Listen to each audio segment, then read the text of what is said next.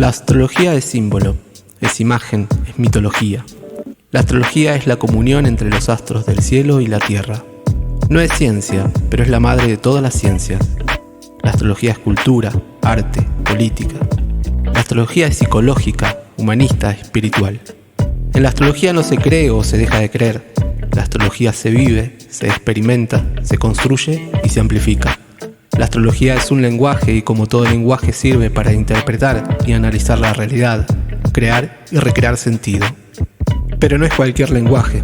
La astrología es el lenguaje del alma, de los símbolos milenarios, de los dioses primigenios, y por eso nos sirve para estar presentes en el ritual de la vida. Bienvenidos a Mercurio Retro, el podcast de astrología y lenguajes simbólicos, acá por Radio Bicicleta. Soy Héctor Ramallo y en este episodio un entrevistado especial, Clau Videgain, astrólogo y profesor de literatura. Vamos a hablar un poco de la consultoría astrológica situada para desnaturalizar la mirada heterosis-normada que abunda en la astrología.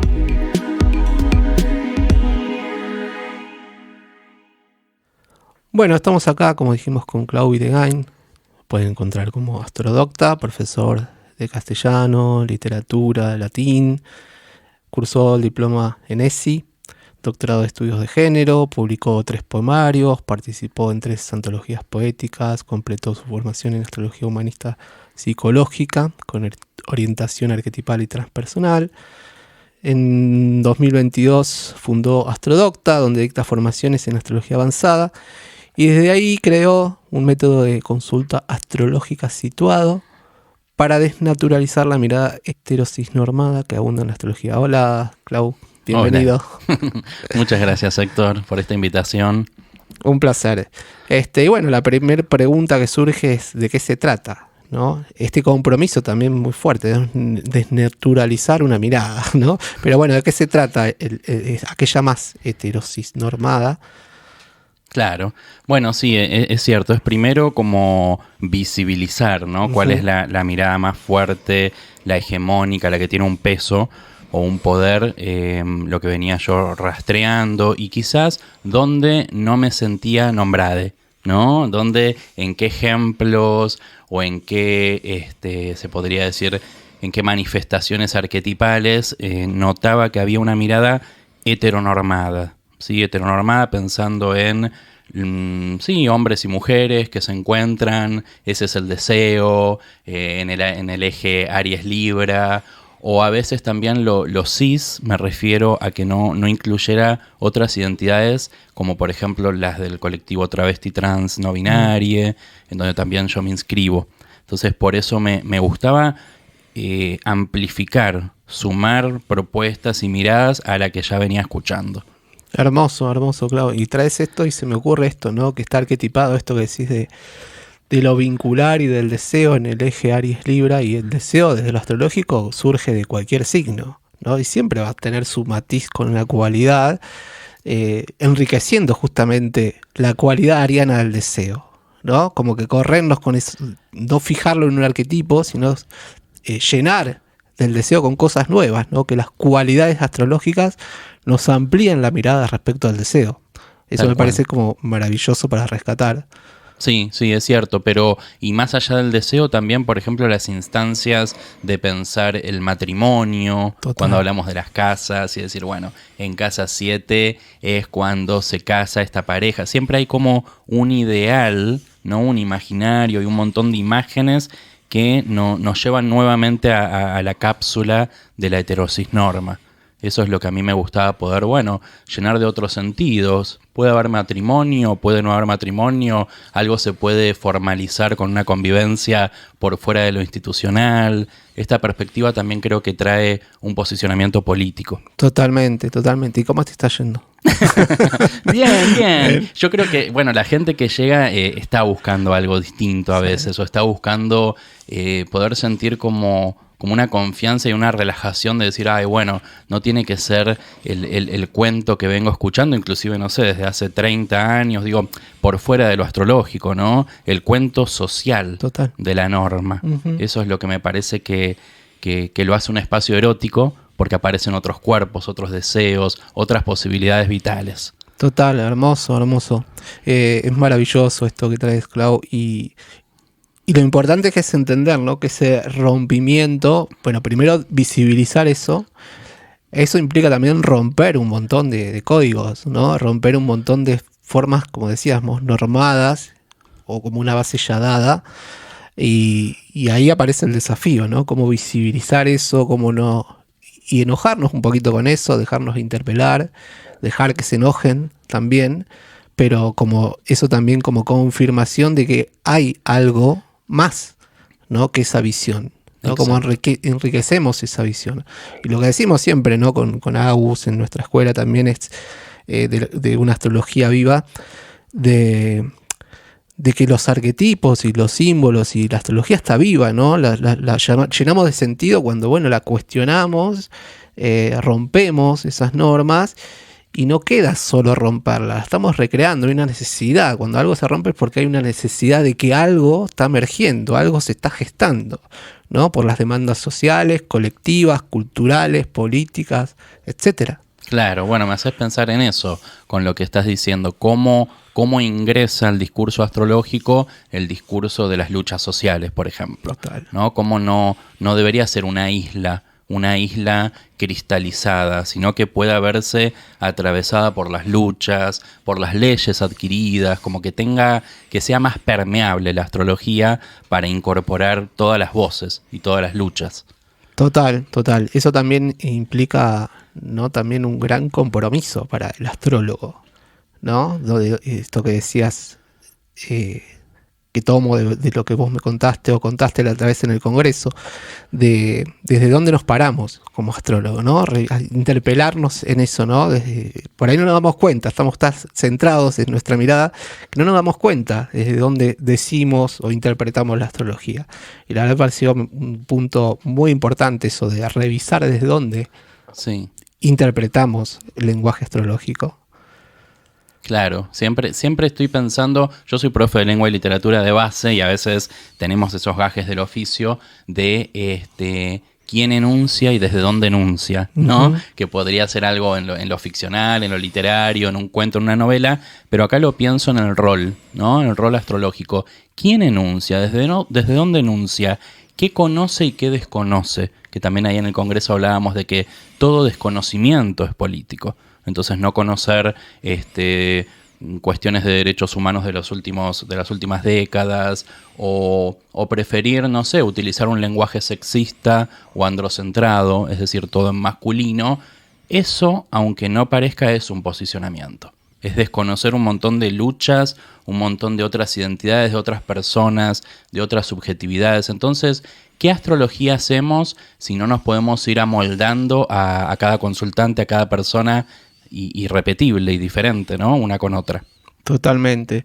Esto me hace pensar también en la consultoría astrológica, lo que sucede que nos parece también esencial, que tiene que ver estas demandas, en lo grande, en lo colectivo, ¿no? Como la astrología va, sobre todo la astrología actual, ¿no? Como una búsqueda de sentido en las demandas individuales, ¿no? Cómo conectar, cómo escuchar en la lectura astrológica, en la interpretación de una carta natal, la demanda del consultante, qué le está pasando al consultante, ¿no? Se me ocurre pensarlo así también, ¿no? Que esas demandas, a veces la astrología la usamos para encauzarla y no escuchamos realmente la profundidad de esa demanda. ¿Cómo le damos lugar a la demanda de una voz del alma, una voz profunda, que propone un cambio, que rompe lo conocido, que rompe la heteronorma, que rompe lo binario, ¿no? Y eso nos descoloca a veces. Sí. Lo digo yo porque, bueno, ya tengo una trayectoria y bueno, nos descoloca, nos interpela y a la vez a mí me parece que, bueno, es cuestionarnos y esto que traes me parece maravilloso porque nos enriquece. Sí. Darme cuenta, ¿no? Cómo me dejo, esa demanda me trae información. No es solo interpretarla, o sea, me está trayendo información. Claro, porque en realidad esto es sumar. Hay gente que se asusta y que piensa que decir, pero entonces no va a haber más solamente varones y mujeres, solamente heterosexualidades. Sí, o sea, sigue habiendo, pero es abrir. Y con lo que vos decís, me parece que para la consultoría, digo, pensando, es también tener en cuenta, lo situado es tener en cuenta un contexto. Es decir, si somos textos, si las personas somos textos, estamos en un contexto, ¿no? Somos seres discursivos y no vivimos en un aislamiento. Entonces va a llegar una persona que tenga un círculo de pertenencia, unos colegas, pares, familia, una nacionalidad, una pertenencia, digamos, ideológica, pero también generacional. Entonces tenemos que poder ir abriendo, ¿no? Y aparecen los planetas sociales, los transpersonales, poder ir abriendo justamente a quién tengo enfrente, cuál fue su socialización de golpe, cuál fue su crianza, en qué época. Y fue socializada como una mujer, como un varón, y hoy quién está frente a mí. Es como poder ver la foto un poco más grande también, ¿no? Lo situado, creo que el contexto creo que politiza a la persona y no es solo una subjetividad como, no sé, escindida del contexto, de la sociedad. ¿Cómo llegaste vos a eso? ¿Cómo llegué? Y me parece que, estaba pensando justo, digo, me parece que esto tiene que ver con las búsquedas también de la educación sexual integral, ¿no? No puedo dejar de nombrarla o de pensar, sí, que toda sexualidad es política, toda educación es política. Entonces, con esta militancia, ¿no? Con estos activismos, viste que la astrología tiene esta posibilidad de verse como atravesada por muchísimos discursos, por todo lo que traemos de antes o lo que le vamos sumando. Entonces, para mí es como un espacio pedagógico y educativo en algún punto, porque tenemos una consulta y aprendemos lo que nos trae el consultante, la consultante, quien consulta, pero en algún punto también estamos tratando de explicar procesos, de enmarcar crisis. Entonces ahí me parece que tiene que ver la ESI y la posibilidad de no despolitizarnos y de no deserotizarnos. Esto de decir, hay un yo que enuncia, este yo está encarnado, tiene también una identidad, tiene una mirada del mundo. Entonces hay un encuentro y es mucho más rico que yo borrarme, ¿no? Borrarme para que solamente exista quien consulta, porque si hay un intercambio energético ahí, ¿cómo me voy a estar borrando? Yo también aparezco y acompaño amorosamente, pero no dejo de estar, ¿no? Esa es la sensación. Mi acompañamiento es, estoy yo presente, porque después de todo, ¿no? Si lo visibilizamos, lo visibilizamos. Después de todo, ¿quién interpreta ese sistema energético? No es una máquina, no es un software, es uno une, ¿no? Sí, ahí como se me ocurre, más que interpretar, hay todo como la interpretación como un puente a una reconstrucción, ¿no? Un dar lugar también, se me ocurre, ¿no? Hay algo que se regenera, ¿no? Desde mi propio deseo de validar el deseo, validar lo que me pasa, validar eso de dónde vengo, mis subjetividades aportando hacia algo que puede tocar a otros, ¿no? Se me ocurre verlo por ahí también, ¿no? Ponernos en ese compromiso, sí, en ese intercambio.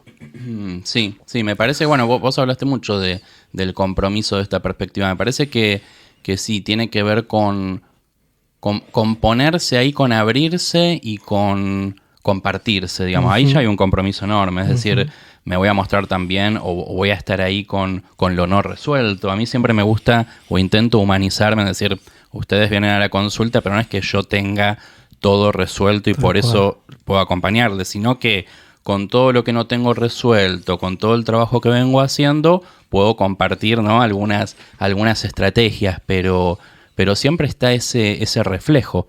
Siempre está ese reflejo que nos conmueve alguna parte, algo no resuelto, algo destinal.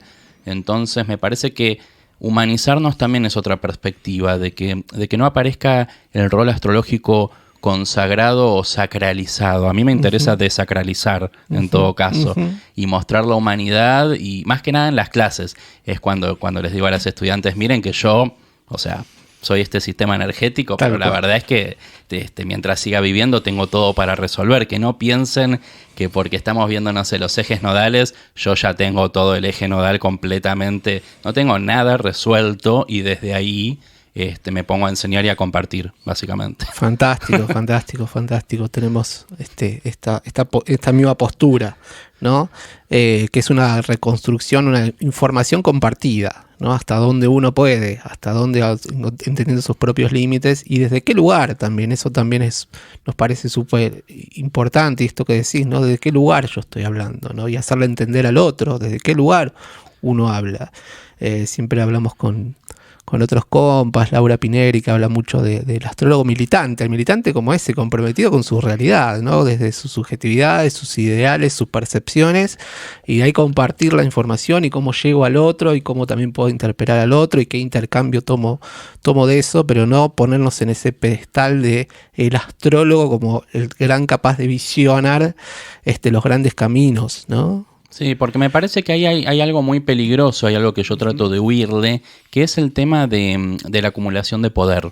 O sea, es el tema de poder en general, y la acumulación de poder y de potencia me parece que puede generar violencia, abusos. Entonces también tengo esta conciencia de los abusos de poder en el cuerpo.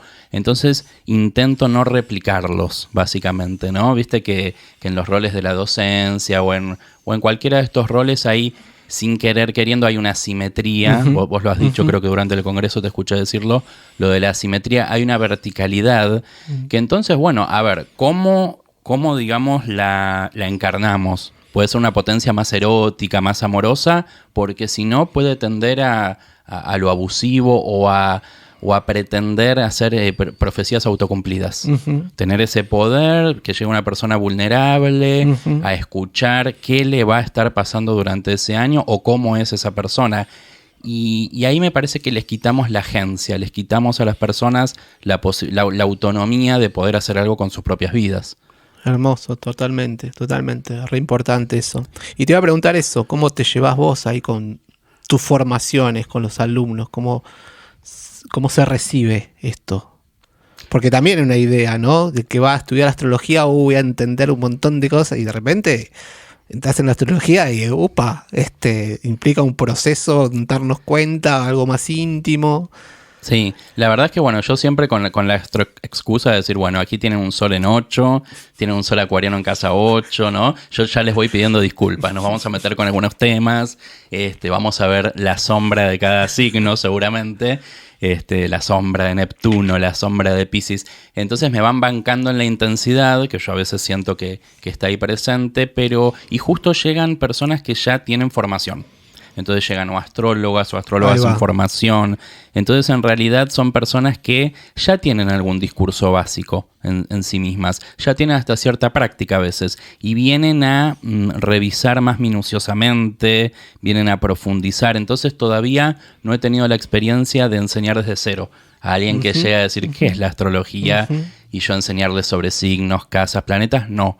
Entonces la verdad que re bien, porque las astrólogas, los astrólogos, la gente que viene, que llega, se va a veces con algún plus, vemos poesía, siempre estoy con este cruce, ¿no? Sí, eso te iba a preguntar, ¿no? Que supongo que ahí no solo interviene la herramienta de la astrología y la información astrológica, sino que implica el lenguaje simbólico en toda su gama y su amplificación. Sí, para mí la imagen, la poesía, la letra, la literatura, ¿no? Exacto.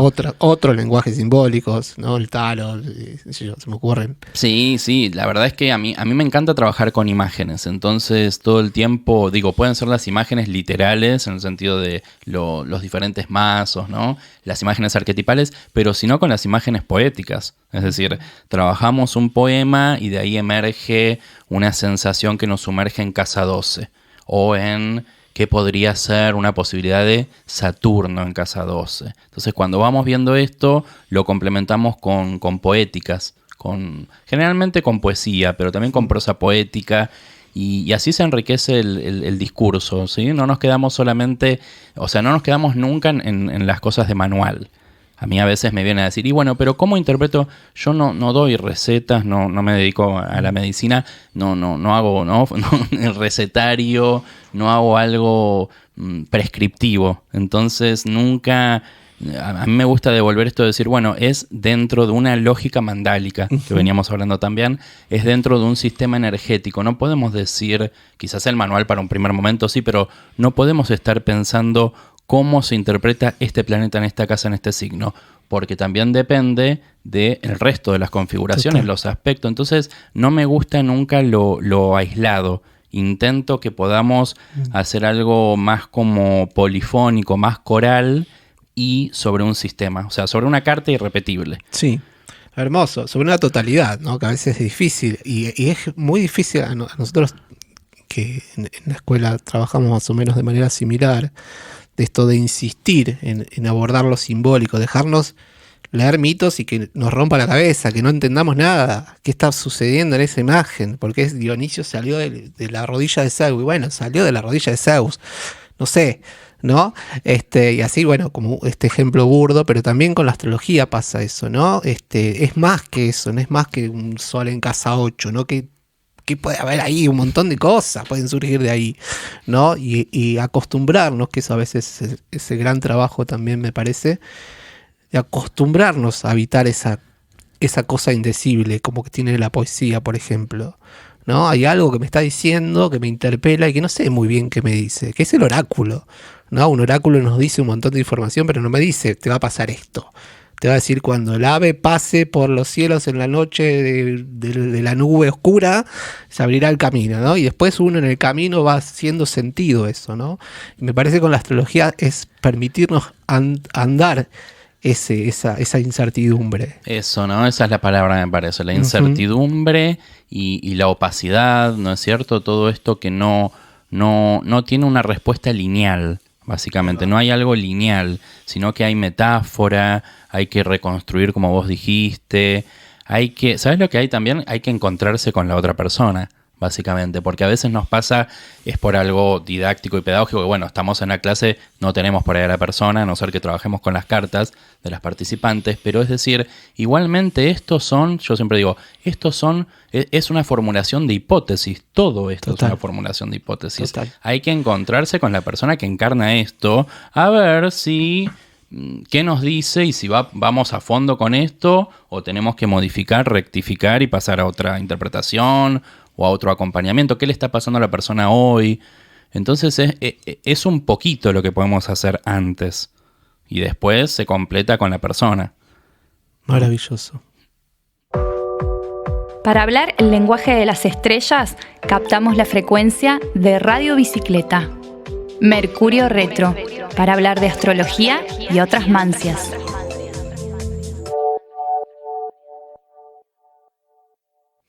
Hermosa charla estamos teniendo con Clau Videgain, astrodocta, hablando un poco de los roles que nos tocan la astrología, la responsabilidad que tenemos como seres en la consultoría y lo importante que tiene en la demanda de encontrarnos con el lenguaje astrológico, recrearnos con el consultante, ¿no? Recrearnos con las demandas de lo que uno busca, de nuevas formas de comprender, de esa escucha, como nutrir, regenerar, reconstruir nuestra percepción sobre la astrología, ¿no? Que a veces también es interesante porque cuando hablamos sobre lenguajes simbólicos es romper un poco también la norma de método de estudiar, ¿no? Nosotros siempre decimos, la información sobre el sol en Capricornio la tenés en un montón de libros, haciendo en un clic, ¿no? Y la idea es profundizar desde lo simbólico que surge de ahí, los mitos que surgen, las historias, el juego de palabras, el juego de imágenes que puede traer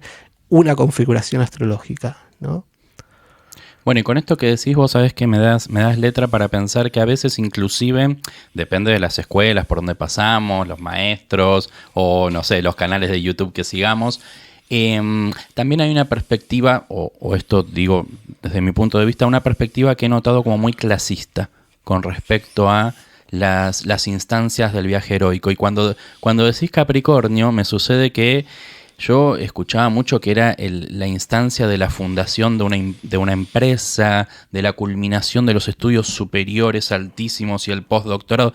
Y a mí me chocaba mucho, yo tengo una madre capricorniana y digo, ella no fue por ahí, no vibró por ahí. Bueno, llegó a ser encargada del negocio donde trabajaba, pero digo, era una empleada, ¿no es cierto? Ahora porque ya está jubilada, sin los estudios superiores. Entonces digo, me parece que hay que poder contextualizar Capricornio para quién puede llegar a esa cima que es clasista estar hablando de estos ejemplos. Exactamente. Entonces me parece como muy importante que podamos ampliar también el repertorio de imágenes y de ejemplos para cada instancia del viaje heroico. Sí, ese es un compromiso súper importante. Yo siempre, me pasaba lo mismo que a vos, ¿no? Y me preguntaba, cuando se hablaba de esto, ¿no? O Capricornio, cualquier otra configuración donde se ensalzaba el éxito, los lugares de llegada, y yo lo trasladaba a mi propia vida, a mi propia infancia, a mis amigos del barrio, del colegio público. ¿Qué le voy a hablar de una empresa, de liderar qué? A ese pibe, a esas personas, ¿no? ¿Cuál es el techo de esas personas? ¿Qué se entiende como éxito? ¿Qué es el éxito?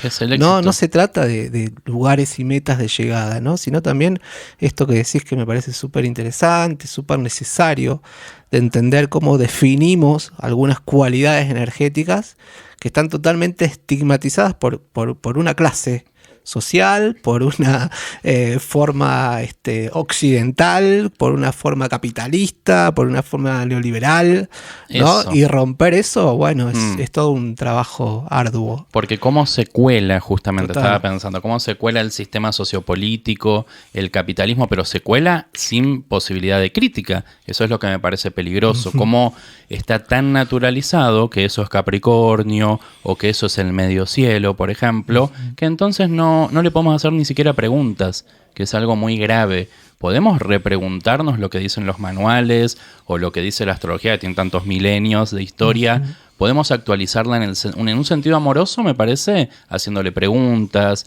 poetizándola. Me parece que eso es una forma de no estar afirmando de una manera acrítica. Cosas que pueden lastimar a alguien, que alguien se puede sentir frustrado o frustrada porque dice, ay, pero yo tengo toda esta energía en el medio cielo o en Capricornio y no. Entonces aparecen un montón de cuestiones que lastiman, ¿no? A la gente. Fantástico, fantástico. Bueno, vamos a seguir. Esto ha sido una primera parte.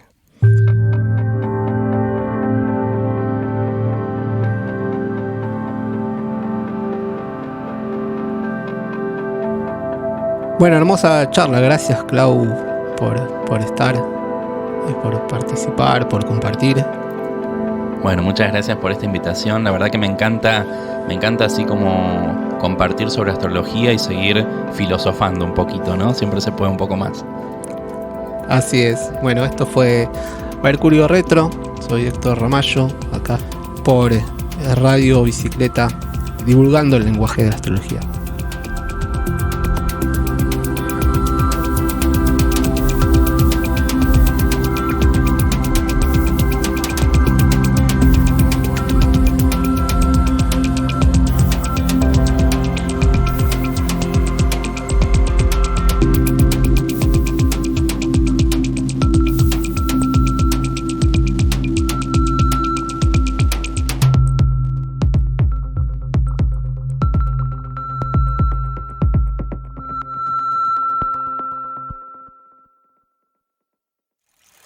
Este podcast que acabas de escuchar es un contenido original y exclusivo de Radio Bicicleta.